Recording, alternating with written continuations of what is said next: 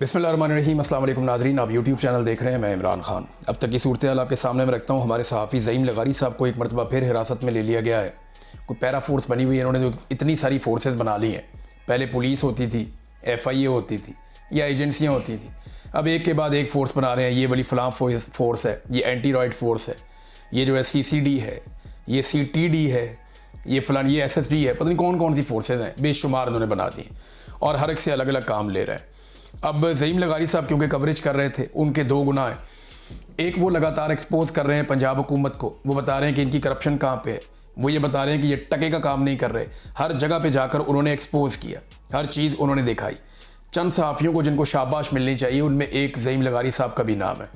बहुत अच्छा काम जो है वो हसनैन रफ़ीक साहब भी कर रहे हैं। उनके अलावा फील्ड के अंदर शाकिर अवान साहब काम कर रहे हैं, उस्मान चौधरी साहब काम कर रहे हैं, बल्कि आगा शेख सरवर उन्होंने तो कमाल किया। बहुत सारी ऐसी जगहों पे पहुंचे जहाँ पे बाकी मीडिया नहीं जा रहा। कुछ ख़वातीन हैं, कुछ हजरात हैं, दीगर रिपोर्टर्स हैं। तो डिजिटल मीडिया के लोग बहुत ज़्यादा शाबाश के हकदार हैं। गोंदल साहब ने बहुत, बाकी लोगों ने काम किया, हमारे दोस्त हैं, तो वो सारे शाबाश के हकदार हैं कि डिजिटल मीडिया ने वो काम करके दिखाया। ना सिर्फ लोगों की ज़िंदगियों को महफूज बनाया, बल्कि बार बार हुक्मरानों को झंझोड़ा, बल्कि लगातार जो इंडिया से पानी आ रहा है उसकी इतलात पहुँचाते रहे। और उन्हीं के क्लिप्स की मदद से लोगों को इन्फॉर्मेशन मिलती रही कि अब कहाँ कहाँ पानी आने वाला है। वरना पाकिस्तान की जो गवर्नमेंट है और मीडिया है वो तो चीज़ों को छुपा रहा था और ऐसा लगता था कि शायद ये मैक्सिमम डैमेज करना चाह रहे हैं कि ज़्यादा लोग मारे जाएंगे, ज़्यादा पैसे आ जाएंगे। क्या लोगों की लाशें पैसे इकट्ठे करने के लिए होती हैं? तो ज़ईम लगारी साहब एक्सपोज कर रहे थे दो चीज़ों को।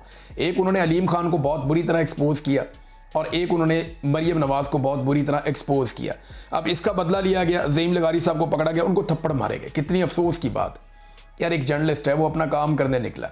पहले तुम सारे झूठे साबित हुए, तुमने ISI को गलत साबित करवा दिया कि ज़ईम लगारी साहब ने जो खबर दी, ISI ने उनको उठा के अगवा करके जबरन लापता किया, 8 दिन के बाद छोड़ा। बाद में साबित हुआ कि ज़ईम लगारी सच्चा था, ISI भी गलत थी, मरियम नवाज भी गलत थी, सारे गलत थे और पूरी दुनिया ने देखा कि वो साबित हो गया। इन्होंने तस्लीम कर लिया कि हम गलत थे, वो प्रोजेक्ट ही खत्म कर दिया बाद में, जिस पे ज़ईम लगारी साहब ने करप्शन की और 2 नंबरी की खबर दी थी। ये जनाब इनकी टोटल औकात है, ये इनकी टोटल हैसियत है। अब उस ज़ईम लगारी को दोबारा, अब वो निहत्ता आदमी है, जर्नलिस्ट है ना, वो कैमरे के साथ और माइक के साथ काम करता है, बंदूक वाला तो नहीं है। उसको पकड़ के थप्पड़ मारे, उसके साथ ज्यादती की गई, उसे ज़बरदस्ती जबरन उसको हिरासत में लिया गया। अब मेरी कुछ जर्नलिस्ट हैं, उनसे बात हुई, उन्होंने कहा जी अभी भी नहीं छोड़ा और हम उम्मीद करते हैं कि किसी एक को बीच में से होश आएगी और गैरत आएगी और ज़ईम लगारी साहब को रिहा किया जाएगा। इस हुकूमत से तो हमें किसी किस्म की कोई उम्मीद नहीं है और अगर नहीं छोड़ेंगे तो हम अदालत में जाएंगे, हम जोर लगाएंगे, कोशिश करेंगे, हम तो अपने भाई को छुड़वा लेंगे इंशाल्लाह। ज़ईम लगारी बाहर आ जाएंगे, आके अपना काम शुरू कर देंगे। लेकिन ये नफरत जो बढ़ती चली जा रही है ना, या जो जुल्म और ज्यादती हो रही है, इसे हम हमेशा याद रखेंगे और हर मौके पे याद दिलाएंगे भी कि जो जुल्म हमारे साथ इस वक्त एस्टेब्लिशमेंट ने किया और एस्टेब्लिशमेंट के चहीतों ने किया, उसकी तारीख में किसी किस्म की कोई मिसाल मिलती ही नहीं है। मरियम नवाज साहबा नाज़रीन एक के बाद एक टिकटॉक बना रही हैं, उसके अलावा कोई काम नहीं, धड़ाधड़ टिकटॉक बन रहे हैं और कुछ नहीं हो रहा। यानी एक जगह के ऊपर एक सेट लगाया जाता है, वहाँ पे लोगों को बिठाया जाता है, ये जाती हैं, जाके 1-2 औरतों को जफ्फियाँ डाल ली, किसी के साथ बात कर ली, किसी को करीब बिठा लिया, किसी की रेस्क्यू करके दिखा लिया। वो एक फ़िल्म सी बनती है, उसको बाद में चलाया जाता है। जनाब बहुत ज़बरदस्त मरियम नवाज रेस्क्यू कर रही। वज़ीर आला ने खुद जाके ग्राउंड के अंदर अगर काम नहीं भी करना ना, एक जेस्चर तो होता है जो बहुत अच्छा होता है, ये सबको देना चाहिए, बड़ी अच्छी बात है। लेकिन ग्राउंड पे काम भी तो होना चाहिए, ये खाली ड्रामे तो नहीं होने चाहिए। आप पूरे पंजाब में जहां मर्जी पूछ लें, कोई काम नहीं हो रहा। रेस्क्यू वालों ने सबसे ज्यादा काम किया, मेरे ख्याल में उनकी मैक्सिमम जो पहुंच है वो 10% लोगों तक भी नहीं होगी।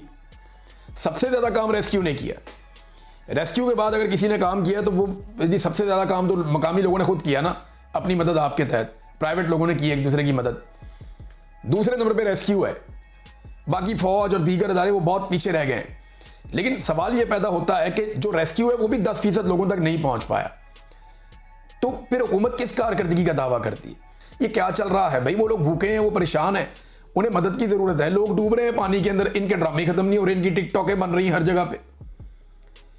ये कश्तियों में सैरे कर रहे हैं, हेलीकॉप्टरों में सैरे कर रहे हैं। अब इन्होंने जनाब वो जो राशन के डब्बे हैं ना, मैंने आपसे कुछ कहा था, आपको याद होगा। ये जरा क्लिप आप सुने, मैंने क्या कहा था, इसको सुने, बल्कि इसके ऊपर हम आपको साथ साथ दिखाते हैं जनाब कि ये इन्होंने किया क्या। ये सुने जरा क्लिप, याद रखिएगा, आपको नजर आएंगे। मे भी किसी जगह पे कश्ती के अंदर अपने विजुअल बनाएंगे, फिर आपको ये नजर आएंगे कि जनाब ये अब गरीबों को पैसे बांटते हुए आपको कहीं पे शायद नजर आ जाए। अपनी तस्वीर और वीडियोस बनाएंगे, हेलीकॉप्टर चलाएंगे, लोगों के ऊपर राशन तकसीम करेंगे और राशन के बैगों के ऊपर अपने टब्बर की तस्वीरें लगाएंगे। ये भी आप याद रखिएगा। बैरूनी दुनिया से इस सैलाब के बाद ये अपील कर देंगे कि जनाब हमें भीख दी जाए, हमें इमदाद दी जाए, हमारे लोग लुट गए, मर गए, बर्बाद हो गए। फिर नए नगमे जारी किए जाएंगे, म्यूजिक जारी किया जाएगा, अखबारात का पेट भरा जाएगा, इश्तिहार दिया जाएगा, टीवी के ऊपर नगमे और अपीलें चलाई जाएंगी, इमदाद इकट्ठी की जाएगी और फिर ये एक मरतबा दोबारा सैलाब मुतासरीन का माल उसी तरह खा जाएंगे जैसे ये हमेशा सैलाब मुतासरीन का माल खाते रहे। तो नाज़रीन, जो मैंने कहा था वही हुआ। मैंने आपसे कहा था कि हेलीकॉप्टरों पे जाएंगे, वहां गए, कश्तियों में जाएंगे, वहां गए, राशन के ऊपर अपनी फोटो चिपकाएंगे, लग गई ना फोटो। ये अब आप देखें, जो राशन के डब्बे आ रहे हैं पंजाब में, उनके ऊपर मरियम नवाज का फोटो और नाम लिखा हुआ। क्यों जी? ये किसी के बाप का पैसा है कि अपनी फोटो चिपका दी साथ में? भाई गवर्नमेंट ऑफ पाकिस्तान का पैसा है, अवाम का पैसा है, टैक्स का पैसा है, किसी पे कोई एहसान नहीं कर रहा। खैबर पख्तूनख्वा में वहां की हुकूमत ने 100 बुराइयां अली अमीन गंडापुर में होंगी, इमरान खान के भी गलत डिसीजन होंगे बहुत सारे, लेकिन खैबर पख्तूनख्वा में भी एक हुकूमत है ना। उन्होंने अवाम को जब रिलीफ दिया तो किसी एक खाने के ऊपर, किसी एक जगह के ऊपर, क्योंकि वो जाती पैसे से नहीं दे रहे थे। देखिए, अगर कोई जाती पैसे से दे रहा है, कोई अपनी जेब से दे रहा है, तो चलो वो ये कर सकता है, लेकिन जो अवाम का पैसा खर्च कर रहे हैं उसमें अपनी फोटो चिपकाने की क्या जरूरत है? अब मरियम नवाज साहबा का हर डब्बे के ऊपर फोटो लगा हुआ है, जनाब ये मरियम नवाज साहबा ने दिया, ये मरियम नवाज साहबा ने दिया, ये मरियम नवाज साहबा का डब्बा आया जी। और जो लोग बेचारे अपनी मदद आपके तहत आते हैं, खाना लेकर आते हैं, चीजें लेकर आते हैं, उन्हें देने नहीं देते। वो कहते हैं जी मरियम नवाज का बैनर पोस्टर लगाओगे तो तब हम आपको अवाम की मदद करने देंगे, अदरवाइज हम अवाम की मदद भी नहीं करने देंगे। ये वहां पे खड़े हुए सरकारी महकमे ये काम कर रहे हैं। तो जनाब राशन पे भी अपनी फोटो चिपका दी, हालांकि किसी और जगह पे ऐसा नहीं हुआ, लेकिन ये करते हैं ना। मुझे अच्छी तरह याद है कि 2010 के सैलाब में PMLN की पंजाब में हुकूमत थी, तो नवाज शरीफ का फोटो चिपका दिया था इन्होंने बोरी के ऊपर। तो मैंने उनसे पूछा ब्यूरोक्रेसी से, मैंने कहा जी मियाँ साहब का क्या तल्लक है? वो तो कुछ भी नहीं है, तब तो नवाज शरीफ साहब कुछ भी नहीं थे। मैंने कहा मियाँ साहब किधर से बीच में आ गए जनाब, इनका पंजाब में क्या ताल्लुक है? ना ये हुकूमत में है, ना ये अपोजिशन में है, ना किसी चीज में है। उनका फोटो नहीं जी, ये उनका विजन है, उनकी पार्टी है। ब्यूरोक्रेट्स मुझे ये बात उस वक्त क्लैरिफाई कर रहे थे। तो ये खानदान इसी डगर पे चलेगा हमेशा, इनका ये वतीरा है। ये अवाम की मुसीबत को भी एक अपॉर्चुनिटी के तौर पे लेते हैं, उसमें दिहाड़ियां लगाते हैं, जैसा कि इन्होंने किया उस पैसे के साथ जो पैसा पाकिस्तानियों को मिला इमदाद के तौर पे। 11 अरब डॉलर्स के प्लेजेस थे। पाकिस्तान ने जो IMF से पैसा मांगा 3.25 साल में, वो 7 अरब डॉलर है, 7 बिलियन यूनाइटेड स्टेट्स डॉलर्स। हमें 11 अरब डॉलर के प्लेजेस हुए थे। ये हुकूमत ने दावे किए थे, मैं तो नहीं कह रहा।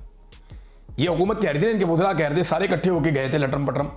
वहां इन्होंने रोला डाला हुआ था कि जनाब 11 अरब डॉलर इकट्ठे हो गए, प्लेजेस हो गए, हमें मिल गया पैसा। शर्त क्या थी कि आप प्रोजेक्ट बनाते जाए, हम पैसे देते जाएंगे, प्रोजेक्ट बनाते जाए, हम पैसे देते जाएंगे। मिसाल के तौर पे एक प्रोजेक्ट जो है वो 1 अरब डॉलर का है, तो आप उसको पहला फेज करेंगे, तो उसके ऊपर अगर आपके 300 मिलियन डॉलर लगे तो आप बता देंगे 300 मिलियन डॉलर का हमने काम कर दिया। फिर वो अगला पैसा जारी कर देंगे, आप बाकी काम कर देंगे, फिर अगला पैसा जारी कर देंगे, आप बाकी। आपने रिपोर्टें जमा करवाती जानी, पैसे आते जाएंगे। वो पैसा उन्होंने प्लज कर दिया था पाकिस्तान के लिए कि पैसा पाकिस्तान के लिए पड़ा है, पाकिस्तान ये 11 अरब डॉलर सैलाब मुतासरीन के लिए जितने मंसूबे शुरू करना चाहता है करे। ये पैसा जैसे जैसे मंसूबे मुकम्मल करके हमें रिपोर्टें भेजते जाएंगे, हम इनको पैसा जारी करते जाएंगे। एक रिपोर्ट नहीं है, एक रिपोर्ट भाई, एक हो ना सिर्फ। मैं कोई 10, 50, 100, 1000 का नहीं कह रहा, वरना हजारों प्रोजेक्ट हैं जो इन्हें शुरू करने चाहिए थे और शुरू करने के बाद उनको मुकम्मल करना चाहिए था, और वो पैसा जो पाकिस्तान के लिए मुख्तस किया गया था वो पैसा पाकिस्तान में लाना चाहिए था। एक प्रोजेक्ट ये रिपोर्टें नहीं दे सकते। टके का काम इन्होंने सैलाब मुतासरीन के लिए नहीं किया। अब ये जाएंगे जाके दुनिया को कहेंगे जनाब पैसा दे दे हमें, हमारे मुल्क में सैलाब आया हुआ है, दुनिया ने ठेंगा दिखाएगी। बहरहाल अब तक के लिए इतना ही। अपना ख्याल रखिएगा, अपने चैनल का भी। अल्लाह हाफ़िज़।